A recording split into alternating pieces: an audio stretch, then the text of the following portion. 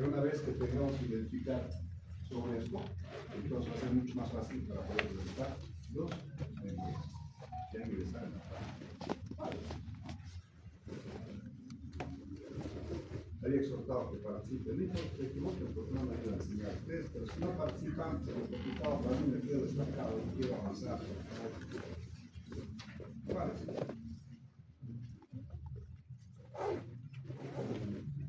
¿Ah?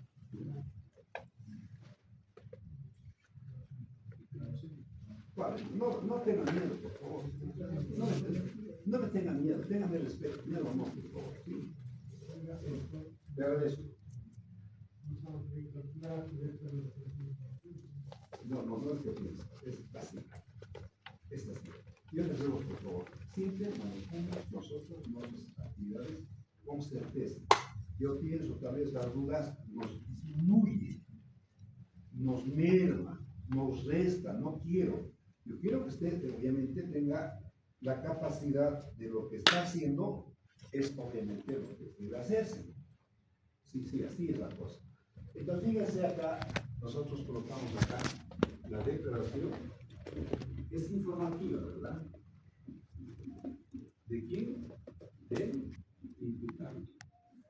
Para que esto se materialice, debemos aplicar nosotros los artículos 92 hasta el 99 del procedimiento penal. Esto no es procesal penal, por si acaso. Ya ha pasado. Debo presumir que ustedes están con conocimientos, pero les voy a ir facilitando para que vayan viendo sobre esto.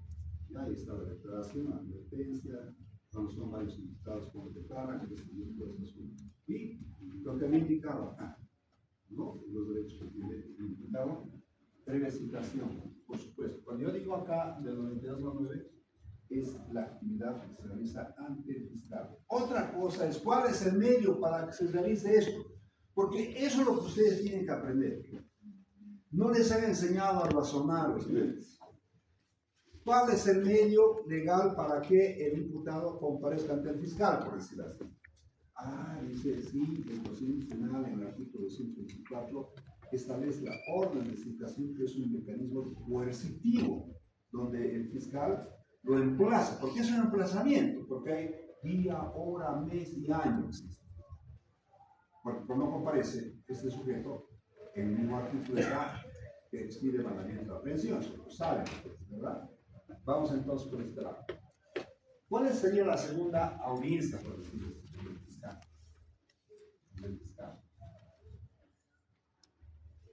¿Dónde el fiscal? En sede fiscal, porque luego vemos en sede judicial. Pasa. Y esto, aunque tenga un poco pesado, tal vez, resulta que es repetido. Y hemos hecho una crítica. Yo me acuerdo, y él lo aceptó porque la crítica le dice a él, a ver si por ese lado ustedes de alguna manera recuerdan. Sí, a ver, les refresco de memoria. ¿La entrevista a los testigos, doctor? No. Le debo adelantar que el fiscal jamás se inmiscuye con actos del concilio. Las entrevistas solo las dice el investigado. Muñoz Vázquez, ¿sería la información del inicio de la investigación?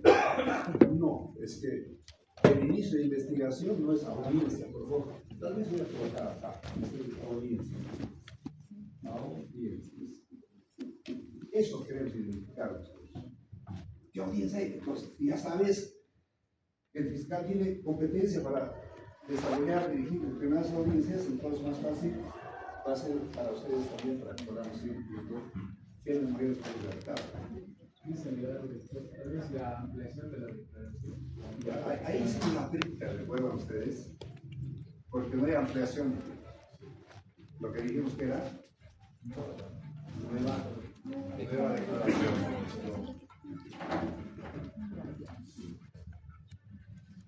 Perdón, estoy en clases, no puedo responderte, mandame más las fotitos, ¿ya? Porfa. Si no me llamas a las 10, perdón. Es un señor de Chaparro. Le he dicho que no bloquea, a ver, no es Entonces acá, sin duda, cabe, es que sencillamente, acá es nueva declaración. ¿Por qué? Lo que hay que sacar, ¿saben qué, estimados colegas? Es lo que indica el procedimiento, el texto, libros, lo que quieran llamar, ¿verdad? Cuando había indicado, por favor, en mi clase está vetado que usted diga, no, mi cliente, en las audiencias, no quiero escucharles que digan mi cliente, porque dije, esto no está bien, no es un tema adecuado. Entonces, si nosotros estudiamos la ley de la abogacía, hemos de encontrar ahí la defensa que la vamos a seguir ustedes igual también el acuerdo de pago del honorario, qué sé yo, ¿no? Patrocinado, patrocinada, eso es lo que tenemos que manejar nosotros. Entonces, la nueva declaración, estamos en la misma situación, ¿correcto? Claro, cuando solicita, porque es con memorial, por si acaso. Acá es con requerimiento del fiscal. Acá es a petición de parte. Si quieren, petición de parte, ¿sí? Esto es de oficio por el feo, por el fiscal. ¿Ya? Otra audiencia, ¿cuál sería ante el fiscal, director de la investigación? Inspección, ¿sí? Fíjense que aquí yo no he notado, por decirle así, el 174 tenemos el registro del lugar del hecho. Porque el fiscal no conoce, ¿sí? Y lamentablemente, por costumbre, y la costumbre no es la ley, es una fuente del derecho. Pero resulta que por costumbre, ojalá no hubiera yo nada el día de hoy, algún hecho criminoso, lo llaman y la policía vaya a hacer el registro del lugar del hecho. Hacen el hecho, ¿no? Entonces nos olvidamos de esto. Acá entonces nos tenemos que basar en lo que es la inspección y la reconstrucción. Puede de alguna forma desglosarse, puede ser solamente inspección, ¿verdad? Pero no solamente reconstrucción, pues acá. ¿Por qué? Porque habíamos explicado que, de acuerdo realmente a la doctrina, esto es una prueba autónoma que tiene por finalidad hacer constar hechos materiales. En cambio, esto no, esto es una forma de recreación, ¿sí? Teatralización, si quieren entenderlo así, ¿no?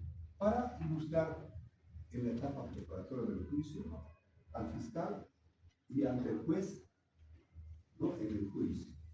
Entonces tenga mucho cuidado. Ese acto puede realizarse tanto en la etapa preparatoria del juicio ante el fiscal o en su defecto. Pasamos al otro lado. 4.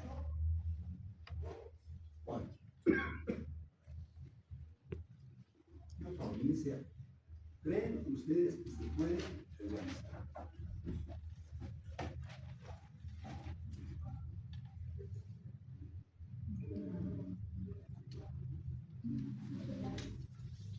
Ahí avanza. Reconocimiento de personas. 219, ¿no? Porque es ahí que le pida al fiscal audiencia para el reconocimiento de personas, ¿no? ¿Y quién va a recibir? El fiscal. ¿Se dan cuenta, verdad? Fíjense que nosotros estamos identificando los actos mediante audiencia que se materializan ante el fiscal de materia durante la tramitación de la investigación preliminar, así como en la etapa preparatoria del juicio. Ahora, si queremos nosotros tal vez identificar de la manera mucho más precisa esta primera audiencia, ¿en qué momento de la realización de la tramitación del proceso? Cuando digo proceso genérico, por si acaso. Como esta pregunta quiero, entonces que ustedes ubiquen, ¿no? Proceso. No me gusta utilizar la palabra proceso, pero para que pueda formular preguntas, si no ustedes puedan identificar, queda muy bien. ¿En qué momento de la tramitación del proceso se materializa, se realiza esta declaración informativa? Está bien así como estamos explicando, entienden, ¿verdad? ¿O están confundidos? No, ¿verdad? Fíjense que este acto procesal ineludiblemente va a ser dentro de la subetapa de la investigación preliminar. No hay otro.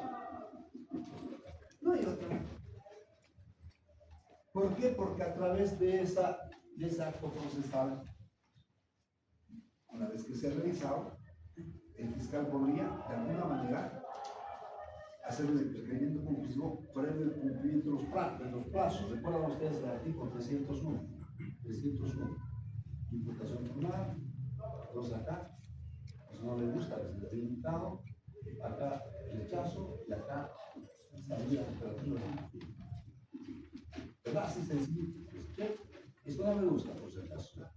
Porque para mí no es un requerimiento conclusivo, algo que amplía, que prolonga, no, que subsiste realmente en esa misma lógica, no puede ser un requerimiento conclusivo. Se concluye por imputación formal, se concluye por rechazo, se concluye por la forma de solución de conflicto, como puede ser alguna salida alternativa al conflicto. Después no va por eso. Fíjense entonces que para poder llegar a aplicar imputación formal, rechazo, o esto, claro, el rechazo no se hace en la etapa preparatoria del juicio, se hace en la investigación preliminar, ¿verdad? Entonces, para mí, no voy a ser atrevido y decir todos esto, no, porque esto también puede ser que no lo hagan. Me lo agarro después de la imputación formal.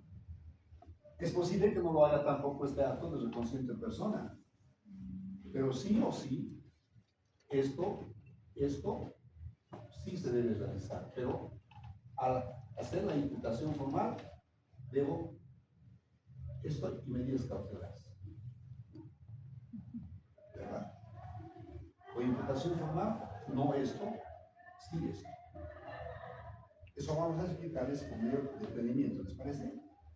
Pero lo que yo quiero es construir en ustedes conocimientos de tal forma que les pueda servir. ¿Estamos bien así? ¿Sí? Pues más claro no les voy a explicar.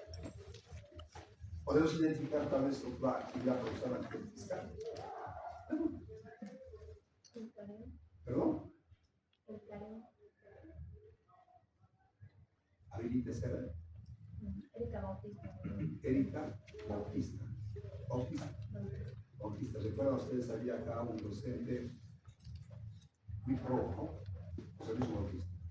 ¿Pariente suyo? No. Sí. Fíjense el careo, y es verdad que deben practicar también el careo. El careo entre, por acá está por si acaso, dentro acá está, eso, el careo, ya. Ahí está, el careo. Con testigo con testigo. Testigo con imputado. Pero aquí viene. El imputado no está obligado a hacerlo. Porque esto llega obviamente de alguna manera a establecer una vulneración al principio del nemo tenético. Ustedes saben que ninguna persona está obligada a declarar contra sí mismo. No está obligado a declarar. Ni contra sus parientes hasta el cuarto grado de consanguinidad y segundo la fila. Otro, tal vez. ¿Ah? Necropsia. A ver, cuando hacemos obviamente una necropsia, pero yo quisiera, por favor, acá, no quisiera contaminar. Estuvimos siendo bonitos. ¿Sí? Cuando se hace un careo, lo que había indicado, audiencia con la participación de las partes. Claro, acá puede ser la parte, la víctima que vaya o no vaya, por si acaso.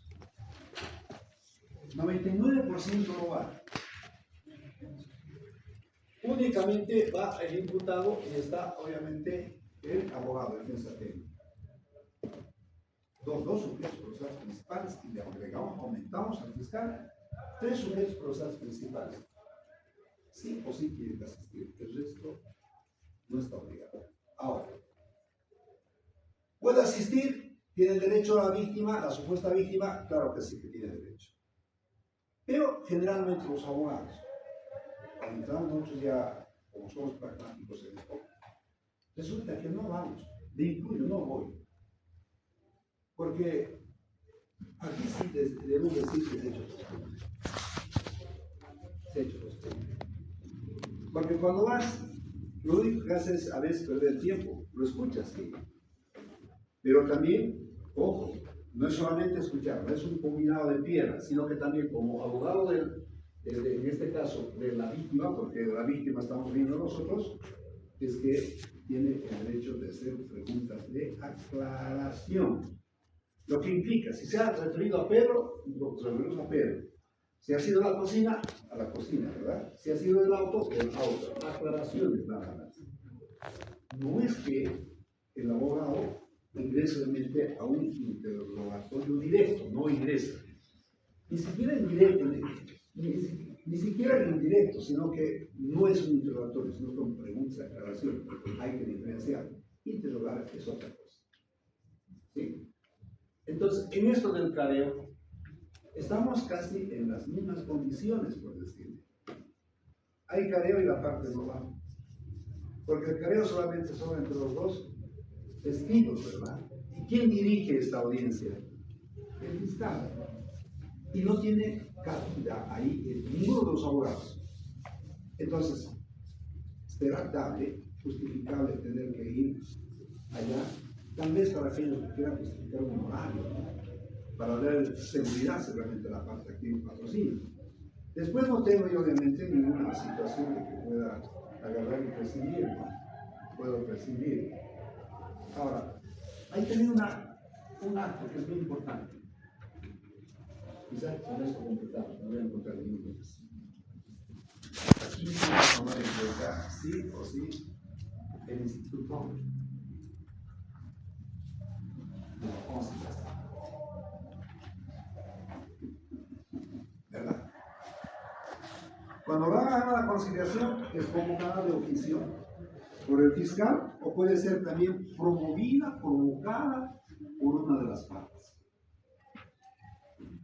Y hemos indicado que la conciliación como instituto está establecido en el artículo 65, 66, 67 de la ley 025, que es la ley, ¿no?, del órgano judicial, es genérico, pero en materia penal ya nosotros utilizamos un filtro y solamente se puede conciliar en aquellos hechos, por supuesto jurídicos, delitos, siempre y cuando se trate únicamente de contenido patrimonial.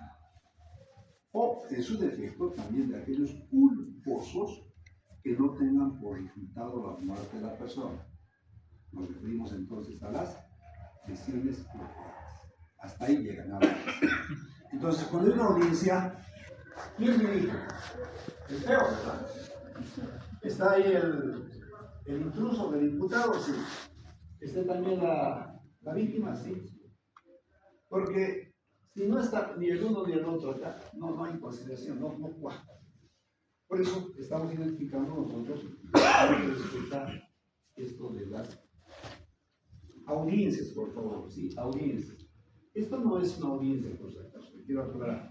Pero, porque yo he preguntado, ¿qué actividades procesales para poder generar, ¿no?, el derecho de convicción se puede obviamente realizar? Es una cosa muy distinta. Ahí encaja perfectamente esto y otras cosas más, entrevistas, etc.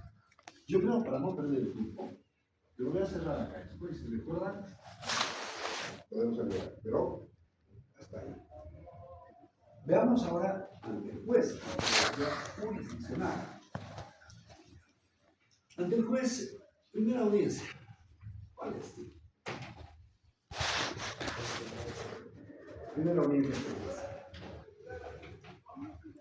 Cristian Romero, doctor, la audiencia cautelar sería la audiencia cautelar.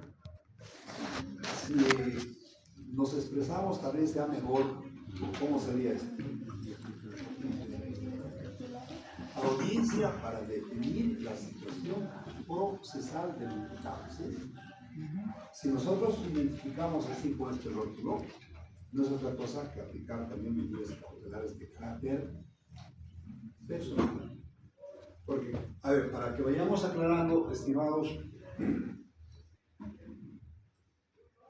medidas cautelares son dos, dijimos, ¿no? Uno y dos. Uno personal y otro real, así. ¿Pero tiene diferencia? Sí. Total. Fines, totalmente.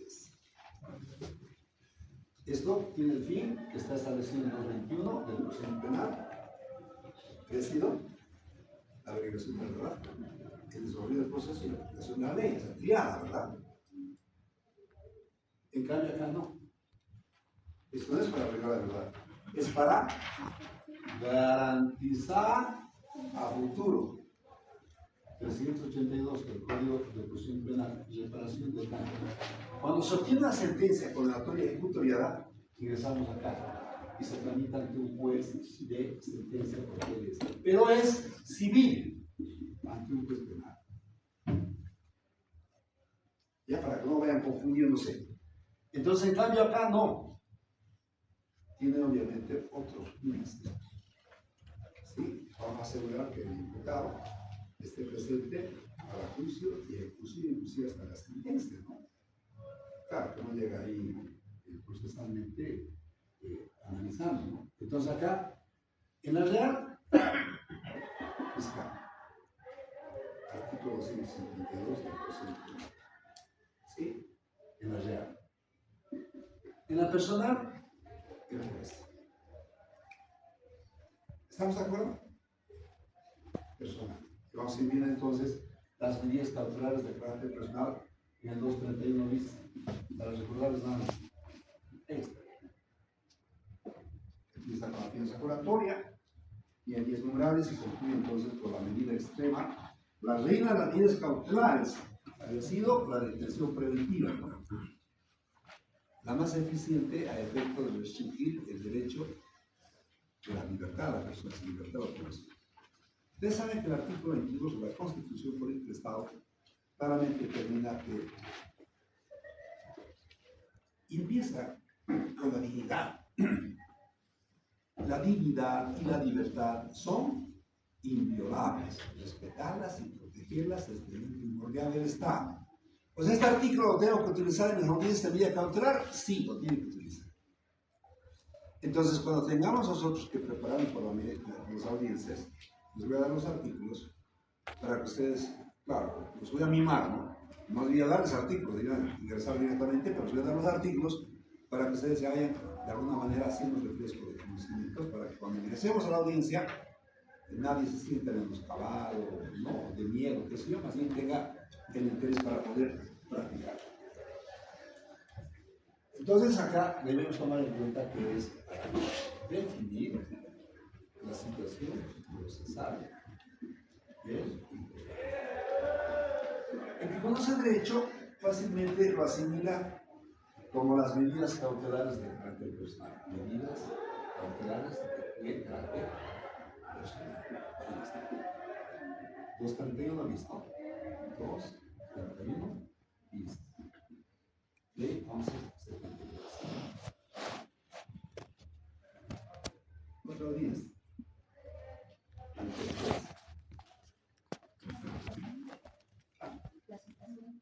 La citación.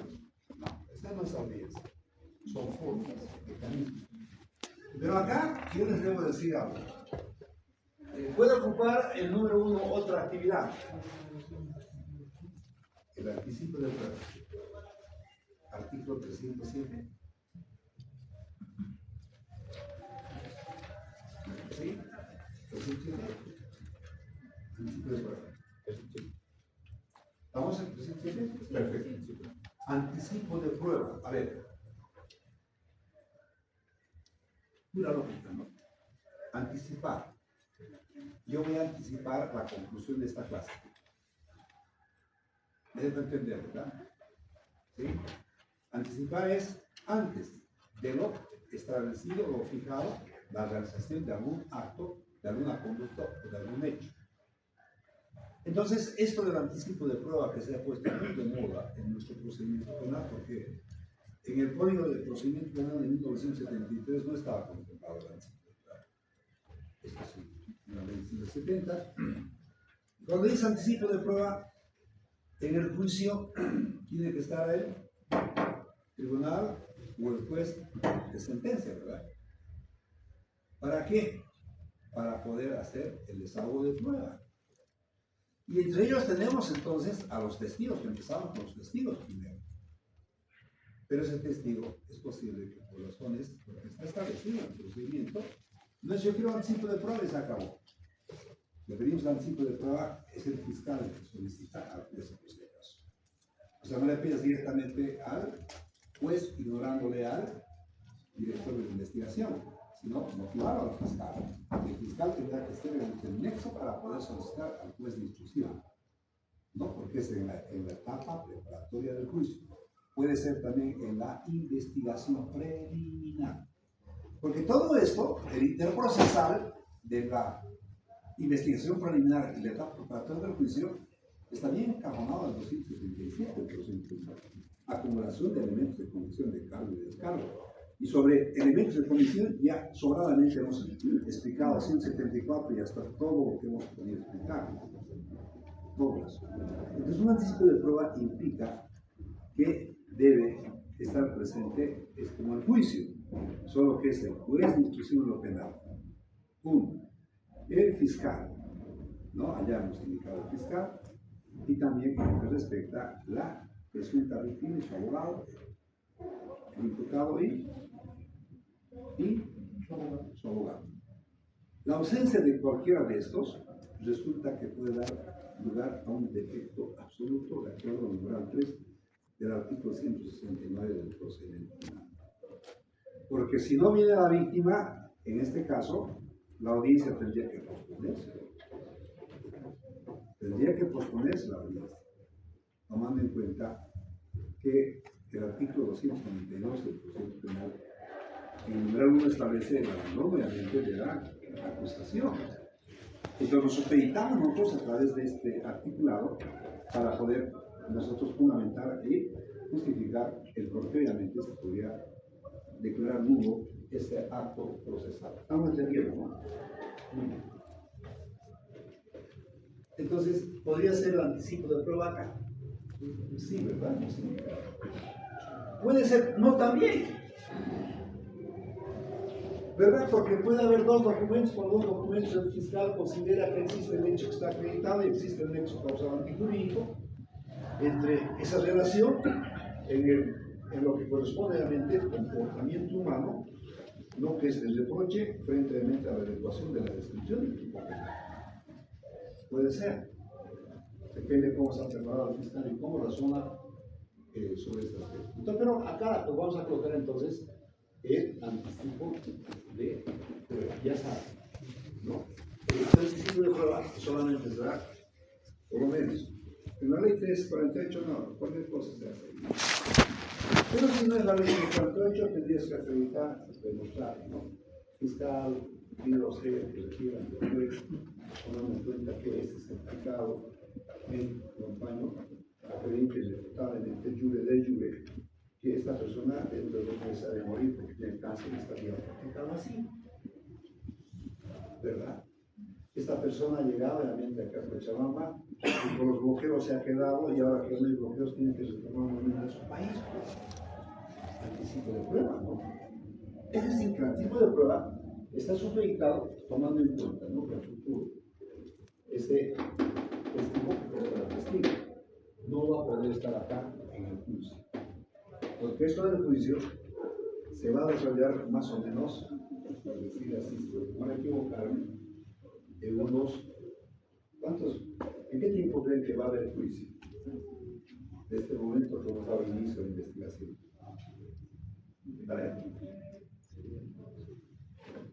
Para saber ustedes cuántos ubicados están, a ver.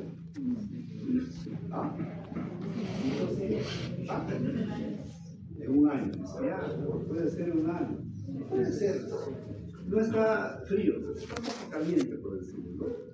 Si no tomamos en cuenta que hay un de plazo, que la ley claramente determina, que los plazos procesales son de orden público y de cumplimiento obligatorio, pero ¿quién cumple? Es un problema, ¿quién cumple? ¿Sí? 120 días y las cosas más que puedan haber acá, hasta que le combina al fiscal, qué sé yo. 6 meses hasta la combinatoria del fiscal. Llega a juicio únicamente el acto preparatorio del juicio, que es muy distinto a la etapa preparatoria del juicio, sin temor a equivocarnos, por lo menos un mes y medio.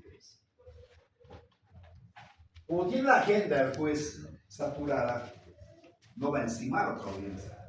Ah, entonces, de acuerdo, por eso se aplica mucho este artículo 130 del procedimiento penal con respecto a la suspensión de plazos. Ese es su amuleto después para no incurrir en declaración de justicia y cumplimiento de deberes. Si no cita esto, chao. Porque no se olviden que el 133 del procedimiento penal establece que ningún proceso en Bolivia puede durar realmente más de 3 años. Si se demuestra que esta duración se atribuye, se lo paga realmente al representante del Ministerio Público o al juez, ahí está liquidado. Chao. Pero eso también puede dar lugar a responsabilidades para los jueces. Por eso es cuando uno contesta en esto de la extinción de la acción penal, prolongación del proceso, uno dice, cuidado, pues, si usted declara realmente fundado, se llama fundado y fundado, si declara fundado esto, le está dando arma para que a su par inicie un proceso penal, ¿no? Entonces hay un juego psicológico, ¿no? Hay un juego psicológico, y piensa, si alguien dice, tienes razón, entonces haré cualquier cosa para poder de alguna manera, sí, justificar de que no opera entonces la restricción cultural. Estamos bien, ¿no? Acá, ahora vayamos el tercero. ¿Cuál sería el tercero? ¿Ah?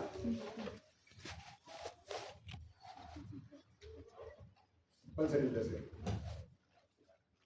Modificación de la situación procesal. Habilítese, por favor. Cristian Romero, doctor. Modificación de la situación procesal.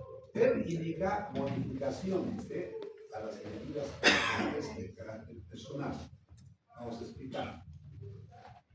No se olviden que el 231, como hemos explicado acá, bis, está del único, fianza curatoria hasta el 10, que es detención preventiva en la cárcel, ¿no?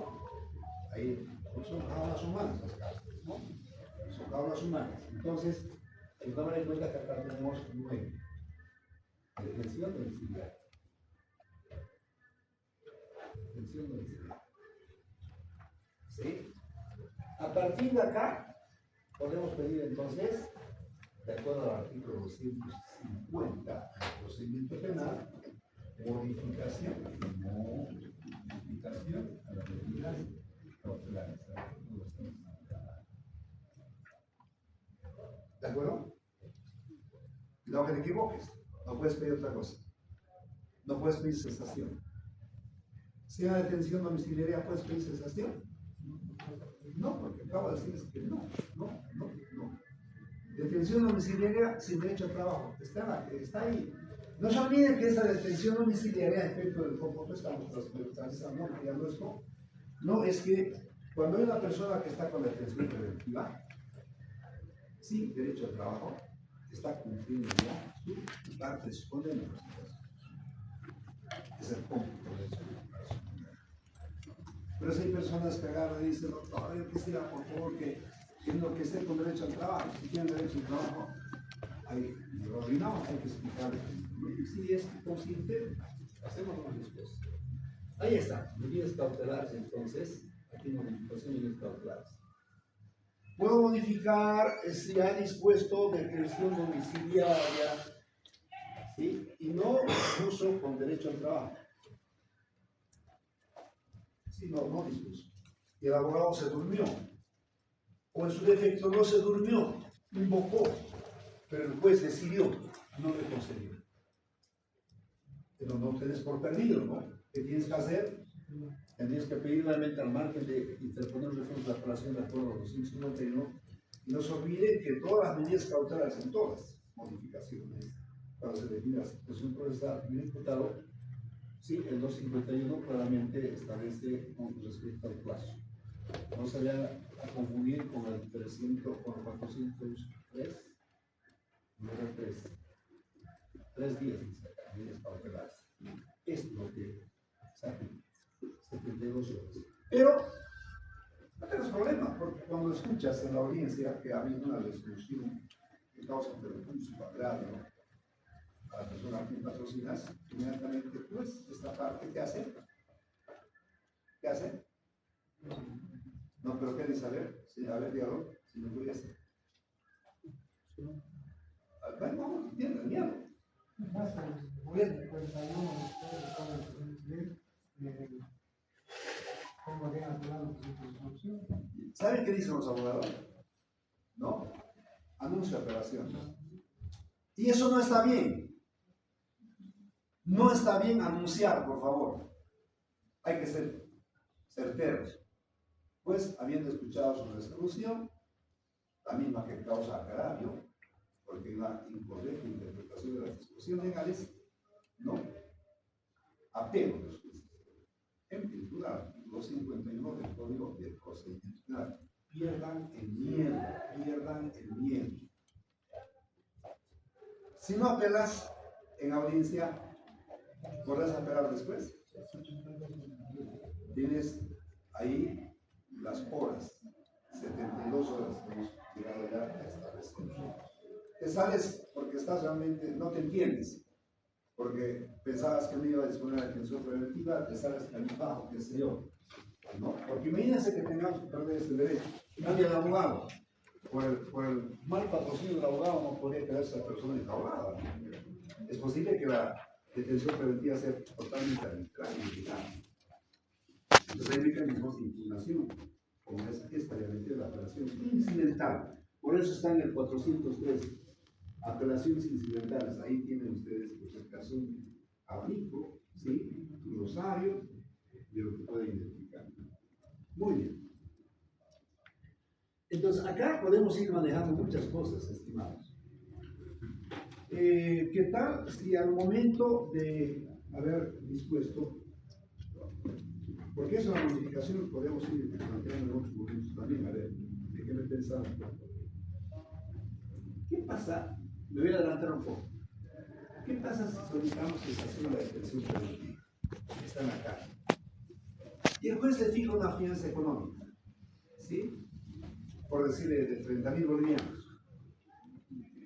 Esta persona quiere sacarlo lo más rápido posible al que está detenido preventivamente, ¿no? Consiguientemente no va a ofrecer su casa, no va a ofrecer su vehículo. ¿Qué va a ofrecer? Dinero. Así es, depósito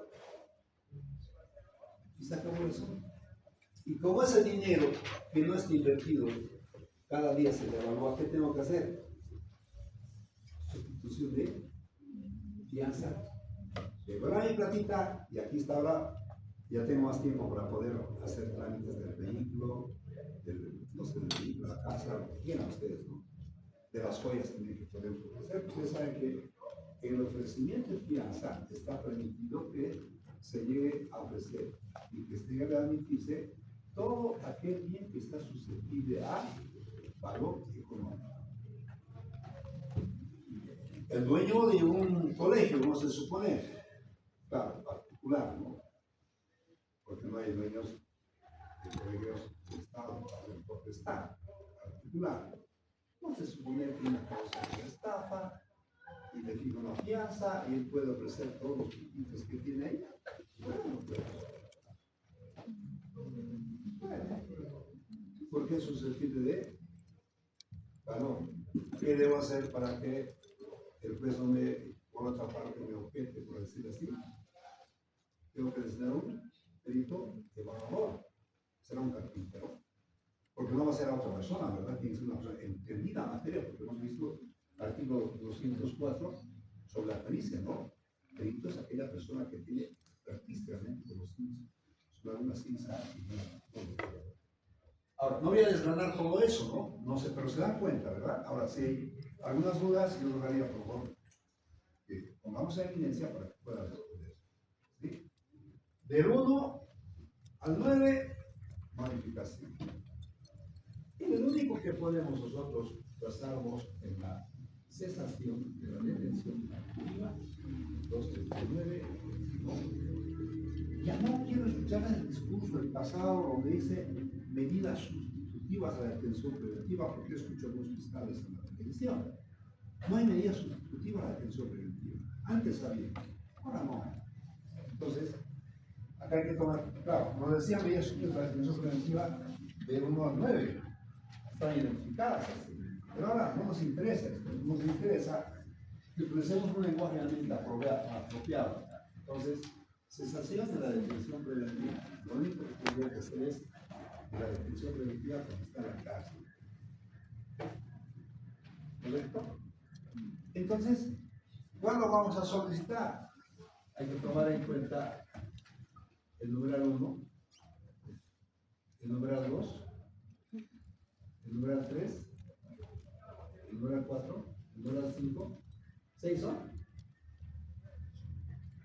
¿Cuántos son?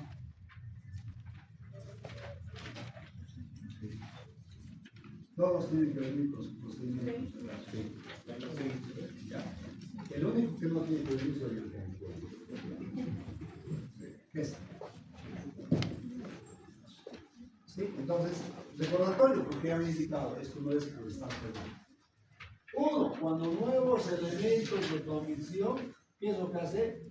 Desvirtúa el fundamento esgrimido por parte del juez. Nuevos.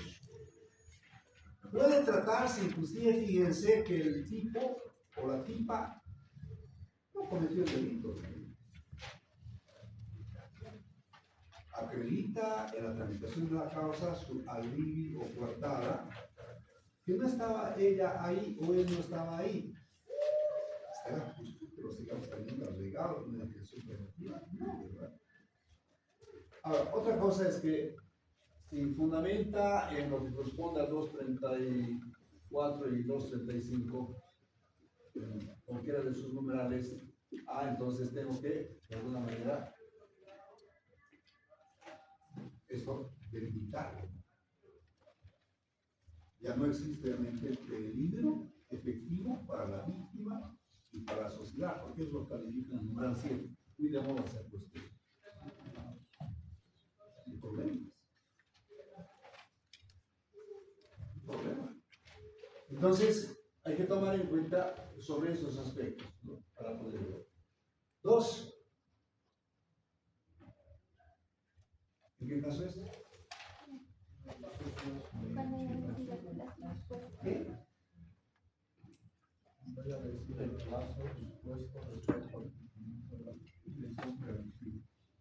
¿Puede ser el patrón? Lo que usted está indicando. 2. Ustedes saben cuando el juez define la situación por estar del imputado, el fiscal es el que solicita, si no puede solicitar la detención preventiva, ¿no? Por 500 años, por decirlo así, ¿no? Pero tiene que justificar el porqué de ese caso, porque no es así nomás manejado de manera discrecional. Señor juez, voy a pedir 2 meses. Permítame explicarle por qué. Entonces explica qué actividades procesales debe realizar. Porque 2 meses, si se realiza una pericia psicológica, por decirle que se requiera realmente esas pericias fuera del país, porque hay que realizar, no va a ser 2 meses. Pero no es en todos los casos tampoco esto. ¿Se dan cuenta, verdad? Entonces, tiene que hacer entrevista de testigos. La entrevista de testigos, ¿qué tiempo puede hacer? 1 mes. Por demás, ¿no? Entonces, el juez regula ahí. Lo que sí el juez no puede aplicar una medida cautelar mucho más gravosa que la solicitada por él, fiscal. No puede, no debe, porque ahí estaríamos en una situación tremendamente grave para el juez. Eso es lo que el lineamiento de su composición del tipo penal del prevaricato está. Una resolución manifiestamente contraria a la ley. La ley está diciendo no puedes aplicar, juez, una medida cautelar más gravosa de la que te solicita el fiscal. Porque antes podía aplicar, ¿verdad? Podía aplicar. Ahora, criterios, les debo decir, desconozco. No me voy a inventar, ¿no? Desconozco. Pero sí debo inferir tal vez. Un país como el nuestro es corrupto en la administración de justicia. Yo creo que nadie va a decir, no, que se hizo las fronteras. Hay corrupción. Entonces, yo pienso, estoy pensando por ese lado. Para cortarle las uñas tal vez al juez, no. Porque si él tuviera la facultad para poder aplicar una medida mucho más gravosa, el fiscal solicita detención domiciliaria, va alguien, se lo llama al juez, un hecho activo o pasivo, activo, ¿no? Pasivo es el juez. Entonces agarra y le ofrece una cantidad de oro, de plata, no sé, o de cocaína, no sé, tal lo le va a ofrecer, ¿no? Y el tipo acepta. Y en función a ello es que entonces llega a establecer una medida mucho más gravosa. En cambio ahora no. Ya no puedes charlar a la juez. Pareciera que hubiera sido, es que no hay otra forma de poder ver. No podía cortar yo sobre el fiscal, por ejemplo. Claro, antes era al revés. Podía solicitar al fiscal una medida cautelar, ¿sí? Tal vez muy leve, siendo así que debía ser mucho más grave con la detención preventiva. Como le han dado sus pesos, entonces vaya a hacer su negocio el fiscal, le dice detención domiciliaria. ¿Correcto? Entonces el juez agarraba y disponía una detención preventiva. Y de ahí venía entonces, seguramente en el criterio de los abogados, ¿para qué le voy a dar plata a este fiscal si esto no define? Yo prefiero dar plata al juez porque esto va a definir, ¿no? ¿Verdad? Hay un razonamiento lógico acá. En cambio ahora, ¿para qué le da plata al juez si eso lo define? Es el fiscal porque lo que pide el tribunal, porque no puede haber una aplicación a reforma impecus o una reforma en su perjuicio. No puede obviamente hacerlo el juez, es una prohibición, sino es prevaricar. Acá, 2, ¿no? Entonces, si ha cumplido la duración que dispuso el juez 2 meses, 3 meses, 4 meses, pero sí, el fiscal también puede ampliar en ese caso. Pero esa ampliación lo tiene que hacer antes del vencimiento. Mañana se vence y yo tengo que hacer. Y tengo que explicar al juez, el juez decir. Pero en la práctica, todo lo que le pide el fiscal, en lo que respecta a plazos, siempre le concede. No le niega, no le limita. No le limita, ¿por qué no le importa dedos al juez? Cuando le voy a limitar, ¿no? Porque acá hay una retardación de justicia. Y toda retardación de justicia es extremadamente perjudicial para la víctima. Más para la víctima que para el imputado. ¿Por qué? Porque la espada de Damocles está encima con respecto a esto de la prescripción. El poder punitivo del Estado tiene sus límites, el mismo Estado se pone los límites a través del instituto de la prescripción de la circular. Artículo 308, número 4 del procedimiento penal, ¿no? Concordante con el artículo 27, causas extintivas, y numeral 8 del procedimiento penal. Entonces, hay límites. Entonces, tú como abogado no dejes pasar el tiempo, si eres abogado de la presunta víctima. Estás haciendo un mal trabajo. El imputado va dilatando, ¿no? Por eso es que a la primera audiencia, a veces cuando lo cita, agarra, se inventa tal cosa y dice, no puedo porque tengo obviamente incompatibilidad con mi trabajo y el trabajo de acuerdo al artículo 46 de la Constitución del Estado es un derecho fundamental, no puedo obviamente, es inviolable. Entonces el juez o el fiscal se ve obligado a diferir, ¿no? A posponer esa audiencia. Y así van haciendo las cosas en las audiencias, ¿no? Eso es muy complicado. El otro, check, acá. ¿Cuándo? Cuando la duración de la detención preventiva sea un mínimo de la pena establecida. ¿Saben qué? ¿Saben qué? Acá el declarador ha dicho propiamente a lo siguiente y aquí viene el principio de la proporcionalidad. En todos los casos existe un mínimo y un máximo, ¿no? Vamos a suponer únicamente acá 1 y acá 6 y estamos en falsedad material, falsedad ideológica, acusaciones falsificadas en 203 y ahí está. Entonces, el mínimo dice, lo quiere decir que son un año. Un año. Porque es años, porque se computa por años, se computa por meses, se computa por días, se computa por horas. Entonces hacemos el cálculo matemático acá. Hoy es 26. ¿Sí? No son las 12 minutos todavía, ¿no? Entonces fíjense que se sujeta a la detención preventiva desde el 24 de junio de 2025. Hoy día entonces solicita, ¿verdad? La cesación amparada en el 3 del artículo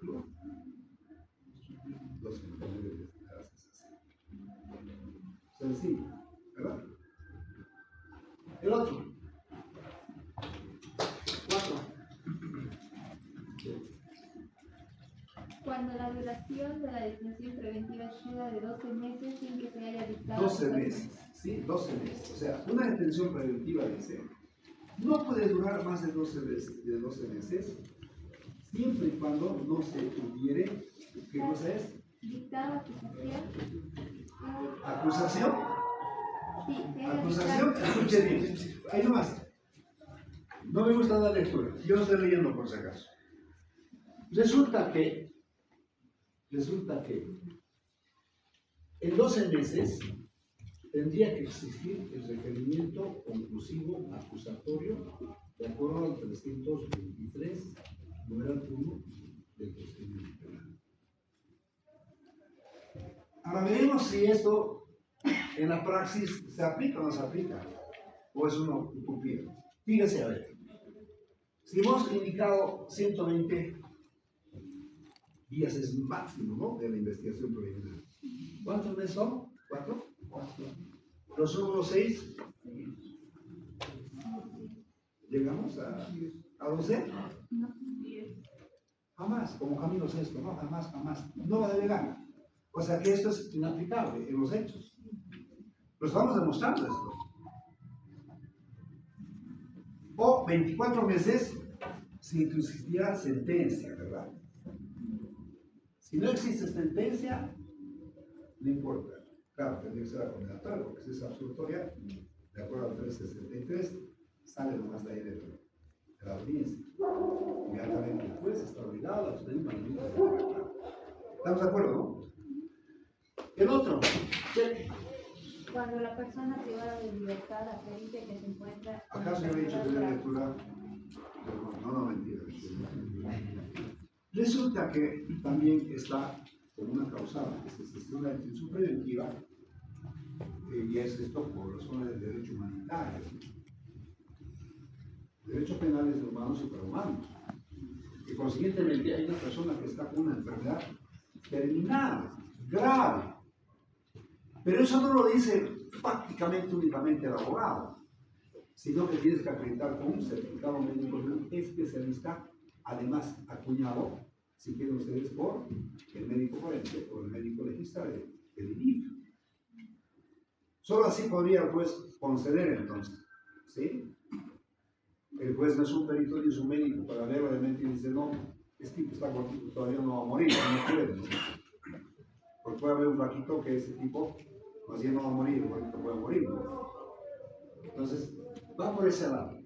Si se acredita entonces que esa persona está con una enfermedad realmente grave, terminal, ¿no? Y por último, Cuando la persona privada de libertad acredite el cumplimiento de 65 años de edad, salvo un delito contra la vida. a ver, recuerden ustedes, 232.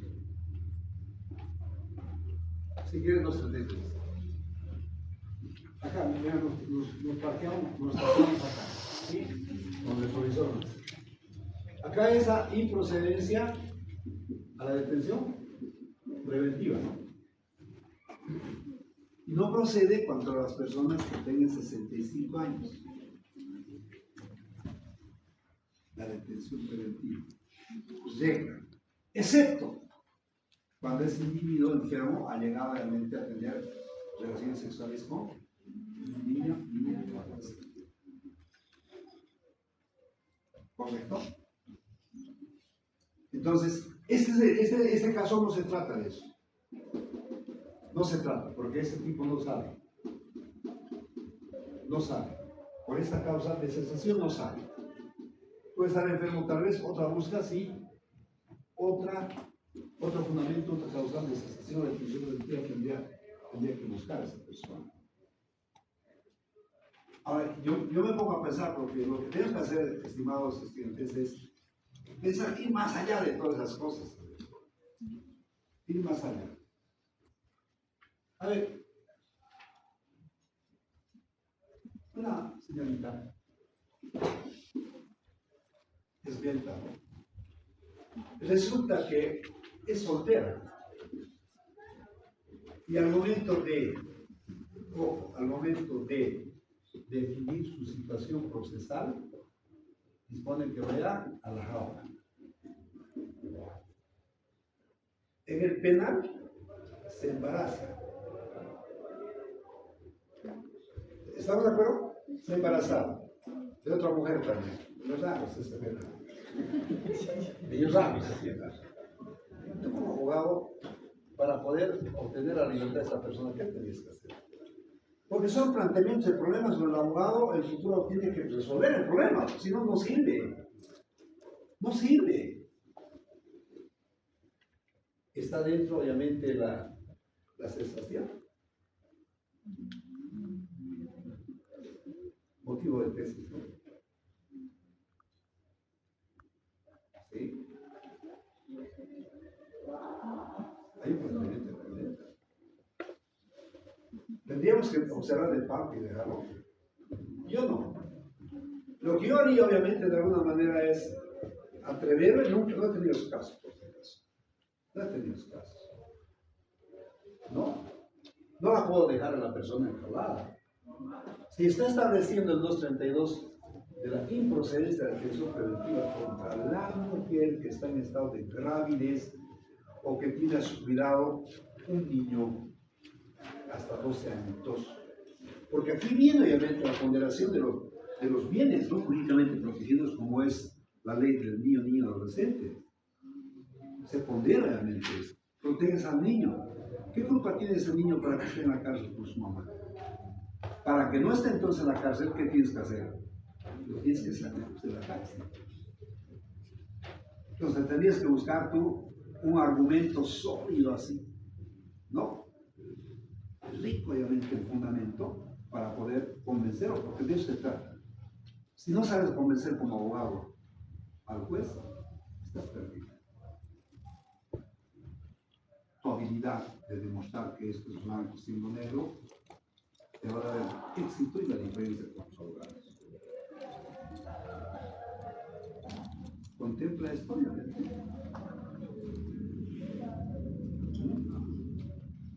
Yo podría utilizar un artículo que ya desde el sindicato, ¿no? Apréndanse de memoria, Artículo 14, parágrafo 4 de la Constitución Política del Estado.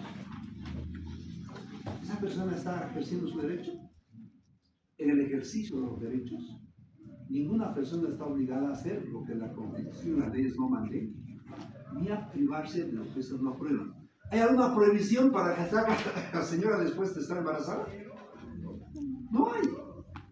Yo no veo que exista. Y entonces ponderamos la Constitución Política del Estado a través del artículo 410, aplicamos por ser la norma suprema del ordenamiento jurídico nacional, que se aplica con preferencia a la ley 1970 por otra norma, ¿no? ¿Verdad? Entonces, tengo que manejar yo ese tipo de argumentos para poder llegar. Bueno, como comentario. Ahí está. No, las formas de cesación. Otras audiencias entonces acá, porque tiene todas las audiencias. Vamos a avanzar. Ya tenemos acá las audiencias, porque esto es entre detención preventiva y cesación. Porque esa persona que está con cesación, ¿puede otra vez estar con detención preventiva? Claro que sí. El 247 del Código de Procedimiento Penal, pero naturalmente aquí es la revocatoria. Revocatoria. ¿Cuándo se revoca? Cuando este idiota que ya tiene la oportunidad de vivir tranquilo, ¿qué es lo que ha pasado? Ha incumplido a qué? A las reglas y condiciones del juez. ¿Cuál es esa regla? Que vaya hasta allá y marques que es negativo, biométrico, como si fueras empleado público, ¿no? Una vez a la semana no lo hace y se acabó el asunto, ¿no? La prohibición de concurrir a determinados lugares. Este tipo es un borracho, ¿verdad? Porque estaba en esa situación, por eso escatimó al otro. No quiere obviamente que se vuelva. Es una reiteración. Hay que diferenciar entre lo que es reiteración y reincidencia, ¿no? ¿O es igual? No, ¿verdad? ¿Cuándo hay reincidencia y cuándo hay reiteración?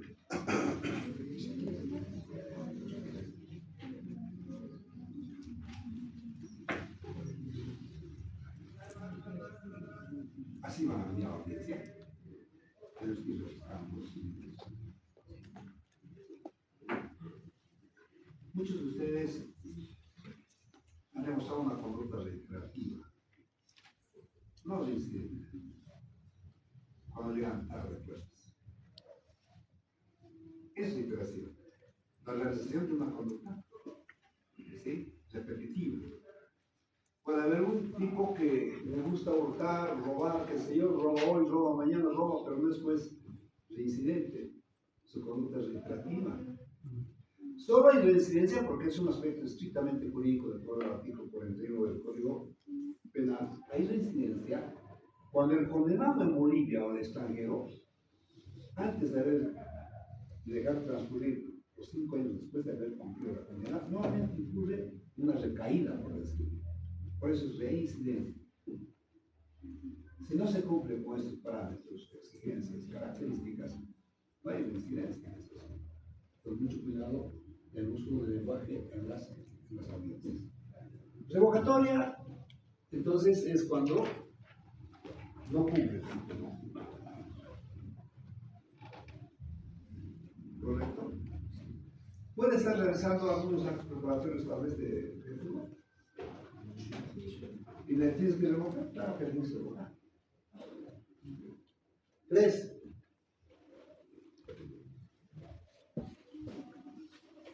¿Son 3 de blanco? Cuando se refiere al incumplimiento de las líneas de protección, la otra cosa está la ley 348. Solamente en la ley 348 existe el límite de protección que el oficio, el fiscal está obligado, admite la causa, inmediatamente dice protección. No lo hace por el fiscal. ¿Sí? Complicado. Otra audiencia. Aquí podemos decir nosotros audiencia. Otra audiencia, ¿cuál sería? Porque estamos viendo nosotros las audiencias en la etapa preparatoria del juicio. Entonces, estamos mencionando todas esas audiencias.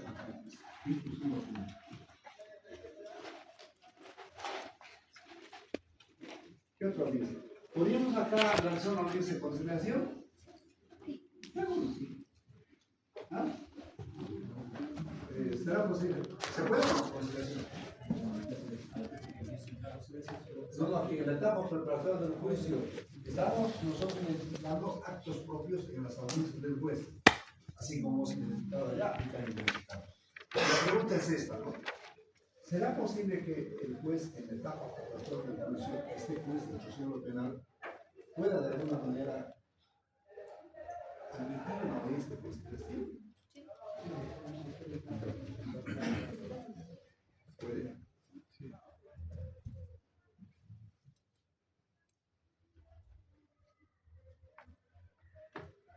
¿Cómo es? O sea, que puede atender conciliación al fiscal y también al juez. No, ¿verdad? Perdón, doctor. Oliver Montes, doctor. La conciliación intraprocesal, disculpe, doctor, ¿no se puede aplicar? ¿Ah? La conciliación intraprocesal, disculpe, doctor, ¿no se puede aplicar? Intraprocesal. Sí. Si usted me dice que entiende por intraprocesal, ¿ah? ¿Así se refiere usted? ¿Extra proceso? Dentro del proceso, sí. Extra proceso. Dentro del proceso. Claro, Claro, extramuro, extra proceso. Claro. Fuera del proceso. ¿Sí? No. Dentro del proceso. Dentro del proceso. ¿Qué hace dentro del proceso? No hay la opción de poder conciliar, disculpe, doctor. Claro, se puede por eso conciliar. Eso me llama. Por eso hemos llegado a identificar nosotros con respecto a quiénes convocan en esta conciliación en ataques preparatorios del juicio, quiénes ponen fin. Los fiscales. Yo no conozco ninguna causa donde en la etapa investigativa el juez hubiera realmente convocado una conciliación. No es una conciliación. Otra cosa es cuando se concilia acá, claro, está obligado a decirle, juez, alegría, alegría. Hemos terminado esta causa. Pero no podríamos acá usurpar funciones que no le competen porque Artículo 122 de la Constitución Política del Estado establece son nulos los actos de los que usurpan funciones que no le compete a este. Pues acá, en la etapa total. ¿Okay? En el juicio sí. ¿El fiscal podría conciliar en el juicio? No, ¿verdad? No, es que hay momentos procesales donde cada uno tiene que tener sus propias actividades. Aunque alguna vez me ha tocado, donde ese juez Geya, desubicado, agarrado ha dicho, van a conciliar, si hay conciliación, entonces vamos a declarar un receso y concilien ante el fiscal, la audiencia queda concluida y se acabó el asunto. ¿No? Generido. ¿Por qué no concluyó la juez? Debe concluir la juez, la audiencia, tiene que ser la conciliación. Ahí, ¿qué más tenemos? ¿Qué audiencias creen más que podemos aquí realizar? Ojo, no puedes realizar aquí inspecciones de construcción. Pero puedes hacer en el juicio, sí. Acá no. Claro. Fíjese que existe también medios de defensa. Y los medios de defensa son aquellos que están establecidos para poder plantear las excepciones y los incidentes. Sí, excepciones. 308 Código Penal, violación, ¿no? Procedimiento penal, excepciones. E incidentes.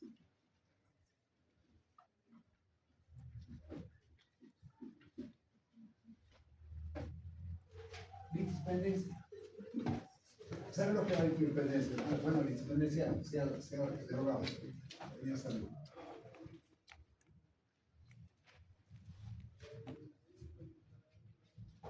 Las excepciones, ¿cuáles vamos a plantear? ¿Qué se plantea?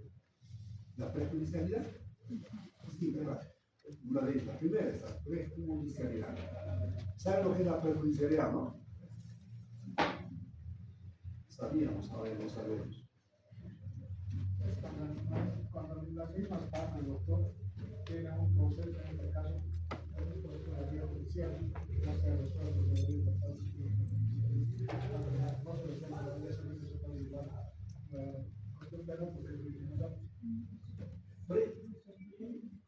no puedes prejuzgar. Entonces, en la prejudicialidad, ¿sí? Hay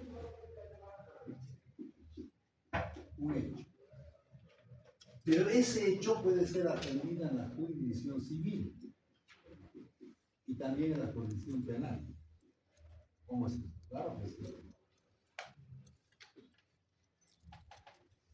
Porque cuando planteas a la jurisdicción civil no pasa nada. El problema está cuando existe el proceso civil y el proceso penal. Porque acá podrían ser resoluciones totalmente contrarias y eso no le hace nada bien a la correcta administración de justicia.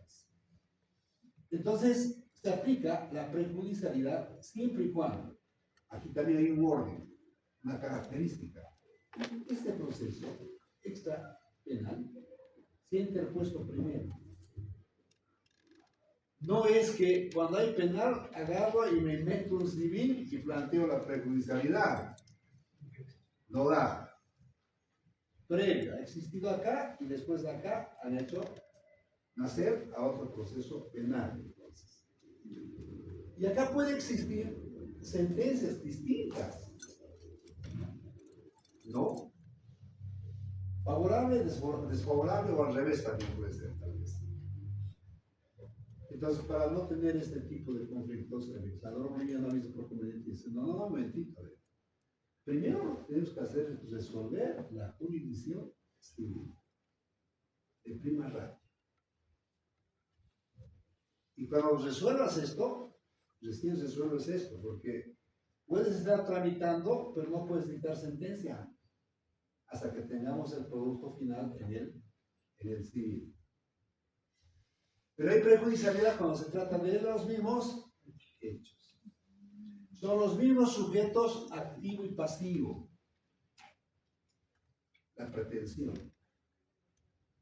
Solo así podemos entender entonces que existe una prejudicialidad. Y cuando planteo, entonces ahí está, no la prejudicialidad, la incompetencia, el numeral 2, el 3, cuando la acción no fue promovida legalmente, la 4, la prescripción, la 5, cosa juzgada, la 6, se ha borrado, porque era la experiencia. Ahí está. Entonces, ¿qué tiene que hacer? Se tiene que resolver nuestro audiencia. Están las audiencias. Existe una imputación formal y la puedo obviamente plantear un incidente de nulidad de imputación formal, donde resolvemos la impunidad. Tiene su propio trámite, vayan revisando 314 y 315. 314 y 315. ¿Sí? Las excepciones puedes plantearlo desde el inicio de la tramitación de la causa hasta 10 días después de la imputación formal. Si no, preclusión. Los incidentes, a partir del momento en que tienes conocimiento, igual computa 10 días, también precluye. Si no planteas esos plazos, no, preclusión es cosa juzgada. Precluye. Entonces, ten mucho cuidado, ahí está. ¿Estamos de acuerdo? ¿Sí? ¿Alguna audiencia más para poder de alguna forma llegar a cerrar esto y en la próxima clase seguir avanzando otras cosas que son de mucha importancia, ¿no? Para practicarlo. Doctor, tal vez no sé cuál de las dos está. Habilítese, gracias. Cristian Hidalgo, doctor. Gracias. Tal vez cualquiera de la audiencia para someterse al proceso abreviado, no sé si entraría en esta. Todas esas que la vamos a explicar, y eso voy a explicar en la próxima clase, con respecto a las salidas alternativas al conflicto, es muy importante, ¿no? Es decir, este famoso artículo 21, 22, 23, 24, este es revocatorio del 25, por si acaso, el 327, el 373, el 374. Ahí está. Procedimiento abreviado, conciliación, suspensión judicial del proceso y criterio de prueba arreglada. La próxima clase, por su importancia, les voy a explicar. ¿Por qué no lo expliqué todavía? Porque estuvimos nosotros aplicando en lo que es medidas cautelares. Porque si existe imputación formal, acá, después de la declaración informativa y imputación formal, no aplico medidas cautelares, pero puedo aplicar las salidas alternativas al conflicto. Y eso no se no están confundiendo, ¿no? Para nada, ¿no?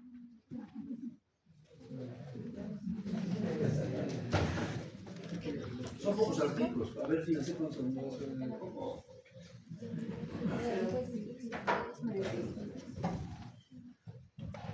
Es un garabato tal vez, pero se entiende, quiere sacar un poco, le saca la próxima iglesia,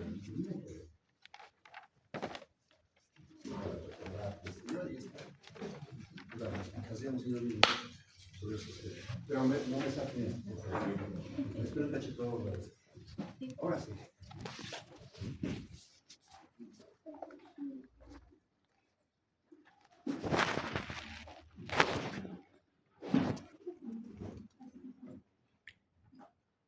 El lunes no había clase, no me dieron clase.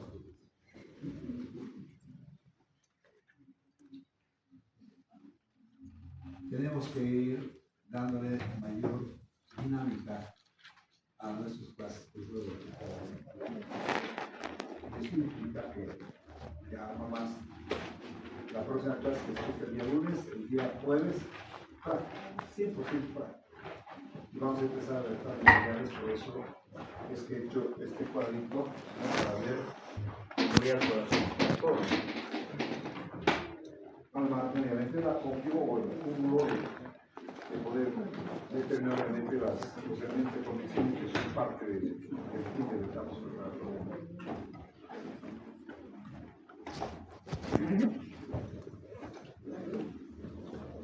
Quedamos aquí. Buen descanso. Veo a la clase. La lista de asistencia.